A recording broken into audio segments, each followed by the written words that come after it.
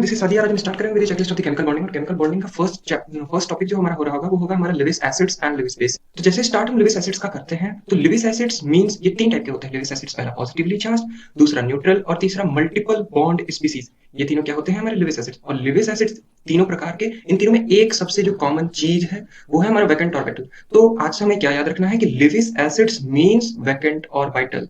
ये इसका start point है। तो हमको क्या याद रखना है, Lewis acids means vacant orbital. तो हमको ये देखना रहेगा कि इसमें जैसे हमने देखा कि H प्लस का कन्फिग्रेशन, जैसे हमने देखा तो H प्लस का कन्फिग्रेशन होता है 1s1, मतलब 1s सेल में एक इलेक्ट्रॉन। तो H प्लस में क्या होगा, एक इलेक्ट्रॉन यहाँ से उड़ जाएगा। तो इस एक इलेक्ट्रॉन उड़ने के बाद 1s का वैकेंट ऑर्बिटल जो बचेगा, तो हमें क्या मिल गया फाइनली, एक वैकेंट ऑर्बिटल। और वैकेंट ऑर्बिटल क्या होता है जिसके पास, वो होता है हमारा लेविस एसिड्स।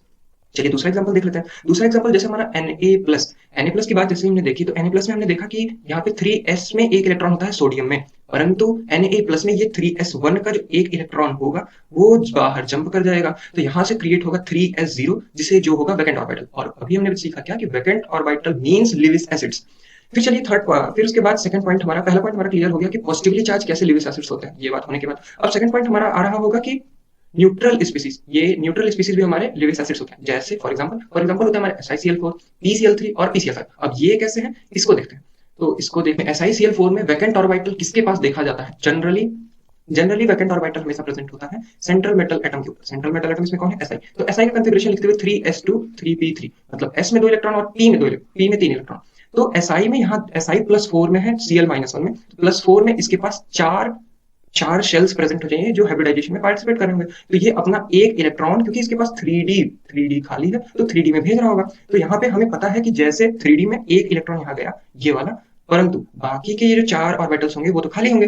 तो SiCl4 में वैकेंट ऑर्बिटल क्या होगा, ये 3D वाला। तो यहाँ से हमें एक कंक्लूजन मिलता है। कंक्लूजन क्या मिलता है कि थर्ड पीरियड के बाद वाले मतलब जैसे थर्ड पीरियड के बाद जो भी रहेंगे उनमें 3D से स्टार्ट होगा, 3D 4D 5D ऐसे ये सब सब में रहेगा। तो थर्ड पीरियड के बाद वालों में हमें वो सब लेविस एसिड्स होंगे। क्यों? क्योंकि उनमें हमेशा एक डी ऑर्बिटल में डी वैकेंट ऑर्बिटल या फिर एफ वैकेंट ऑर्बिटल हमारे पास हमेशा होगा। तो आज हमें कंक्लूजन मिला कि हमें जब भी लेविस एसिड कोई भी पूछेगा तो लेविस एसिड में सबसे पहले हम लोग क्या देखेंगे कि कहीं वो थ्री, उसका जो सेंट्रल मेटल एटम है वो थर्ड पीरियड के बाद का तो नहीं है। अगर होगा तो उसे हम डायरेक्टली बोल देंगे, क्योंकि हमारे दिमाग में एक थॉट रहेगा कि ये 3D के बाद में एक वैकेंट ऑर्बिटल उसके पास पहले से प्रेजेंट होगा। अब एग्जांपल हम देख लेते हैं जिसमें लेविस एसिड वो नहीं होगा। तो जैसे ये है हमारा CCl4 का एग्जांपल।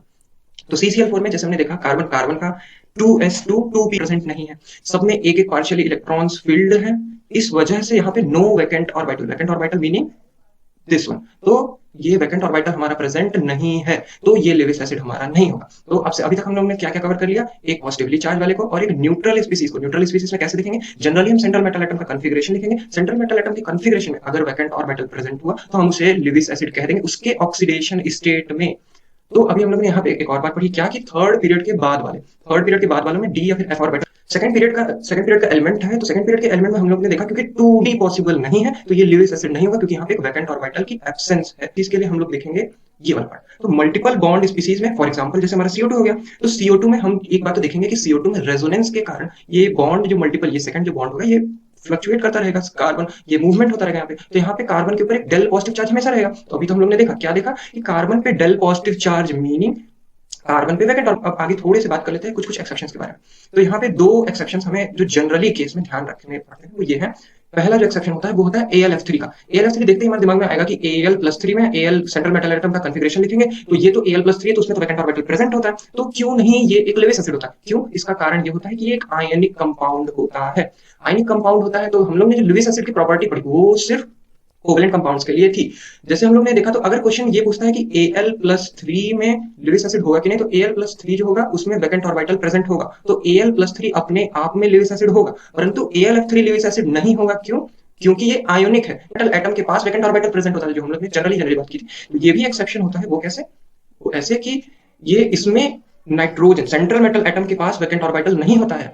इसमें जो साइड में क्लोरीन होता है, क्लोरीन के ऊपर डेल पॉजिटिव चार्ज होता है, तो क्लोरीन के वैकेंट ऑर्बिटल में जैसे मान ली फॉर एग्जांपल हमारा OH आया, OH लिगेंड आया, तो OH लिगेंड अपने 2 इलेक्ट्रॉन्स क्लोरीन के वैकेंट ऑर्बिटल में देते हैं। इसमें सेंट्रल मेटल एटम का कोई भी रोल नहीं रहता है, तो क्लोरीन के वैकेंट ऑर्बिटल में देता है। तो हम देखते हैं लेविस एसिड प्रॉपर्टी किसमें, ओवरऑल कंपाउंड में देखते हैं। तो इसमें ओवरऑल कंपाउंड में तो एक सेंटर तो हमें मिल ही रहा है, एक सेंटर जिसमें जो हमारा लेविस एसिड बना रहा होगा उसे। चलिए तो अब आगे बढ़ते हैं अगले अगले पॉइंट के ऊपर, वो क्या है कि लिविस बेसिस। लिविस बेसिस के बाद जैसे हुआ, तो लिविस बेसिस जैसे हम लोग ने अभी तक याद किया था कि लिविस एसिड्स जो होते हैं, लिविस एसिड्स मीन वैकेंट और इस बीच में लोन पेयर होगा विद स्टार पॉइंट। हमें क्या याद रखना है, उसमें हमारा कंप्लीट ऑक्टेट हो। ये बच्चे पॉइंट भूल जाते हैं, तो इसे हमें मार्क कर लेना दिमाग में क्या, कि जैसे लिविस बेस हुआ, लिविस बेस में लोन पेयर तो हुई, परंतु जब भी जो सेंट्रल मेटल एटम है उसका ऑक्टेट कंप्लीट हो। क्या बोलेंगे इसका मतलब नहीं समझ में। दो लोन पेयर दिख रहे हैं, तो क्या ये लोन पेयर ये बताएंगे कि लेविस बेस है? नहीं। क्योंकि यहाँ पे सेंट्रल मेटल एटम जो है उसका ऑक्टेट कंप्लीट है। ऑक्टेट क्यों नहीं कंप्लीट है? क्योंकि कार्बन 4 बॉन्ड्स बनाता है, तो यहाँ पे तो बस कार्बन के 2 ही बॉन्ड्स बने हुए हैं, बाकी 2 बॉन्ड्स मिसिंग है, तो यहाँ पे कार्बन का ऑक्टेट इनकम्प्लीट है। तो हम लोग ने देखा क्या कि लिविस बेस कभी भी लोन पेयर तो होता है, पर ये लोन पेयर तब कहलाएगा लिविस बेस जब उसका ऑक्टेट कंप्लीट हो। ठीक है, अब ये बात याद होगी हमें। अब उसके बाद हम लोग एग्जांपल देख लेते हैं थोड़े थोड़े। तो एग्जांपल्स जैसे हो गया, तो एग्जांपल्स में हमारा है कि F minus, for example F minus Lewis base, ये जो लोन पेयर होगा ना, या फिर नेगेटिव चार्ज। अच्छा हाँ, एक चीज होती है कि एक लोन पेयर जो होता है उसे हम रिप्लेस कर सकते हैं नेगेटिव चार्ज से, ये बात ध्यान रखिएगा। तो लोन पेयर और नेगेटिव चार्ज और इक्वल टू एन इलेक्ट्रॉन, ये इलेक्ट्रॉन, 2 इलेक्ट्रॉन, तो ये तीनों चीज एक ही चीज को रिप्रेजेंट करती है। तो हम लोग ने जैसे देखा, क्या देखा कि जैसे F माइनस एग्जांपल हो गया, F माइनस नेगेटिव चार्ज मतलब इस पे लोन पेयर, OH माइनस मतलब लोन पेयर, Cl माइनस मतलब लोन पेयर, ऑक्सीजन H2O में ऑक्सीजन के ऊपर 2 लोन पेयर्स हैं, तो 2 लोन पेयर्स हैं, अर्थात ये भी लुईस बेस होगा। हाँ, अब जो स्टार एग्जांपल्स हैं उनको भी देख लेते हैं। स्टार एग्जांपल मतलब जैसे हमारा PCl3 और SF4। तो अभी हम लोग ने जैसे ऊपर पढ़ा था कि लिविस एसिड्स वो होते हैं जिनमें वैकेंट ऑर्बिटल होते हैं, और लिविस बेसिस वो जिनमें हमारा लोन पेयर्स होते हैं। तो इसमें हम जैसे ही देखेंगे तो इसमें हमारा दोनों मिलेगा, हमें वो क्या दोनों मिलेगा, जैसे इसमें फास्फोरस के ऊपर हमें लोन पेयर भी मिलेगा, प्लस फास्फोरस का जब हम कॉन्फ़िगरेशन लिखेंगे PCl3 में, तो उसमें हमें एक वैकेंट ऑर्बिटल भी मिलेगा। तो इसलिए हम इसे दोनों कहते हैं, it acts as both as Lewis acids and Lewis bases. ठीक है, तो अब थोड़ा सा कंपैरिजन वाला पॉइंट आता है, तो कंपेस का जो जिसमें जितना ज्यादा इलेक्ट्रॉन डेफिशिएंसी हो, Lewis acid character is directly proportional to electron deficiency is directly proportional to electronegativity of surrounding atom। Electron deficiency तो हम समझ गए होंगे, क्योंकि जितना ज्यादा इलेक्ट्रॉन डेफिशिएंसी उतने ज्यादा वैकेंट ऑर्बिटल्स हमारे पास। इलेक्ट्रोनेगेटिविटी ऑफ सराउंडिंग एटम, क्योंकि जब हमारा सराउंडिंग एटम ज्यादा से ज्यादा इलेक्ट्रोनेगेटिव होगा, तो उसमें सेंट्रल मेटल एटम के ऊपर ज्यादा पॉजिटिव, वेल पॉजिटिव चार्ज आएगा, जिसकी वजह से वैकेंट ऑर्बिटल्स क्रिएट होंगे। हाँ, पर यहाँ पे एक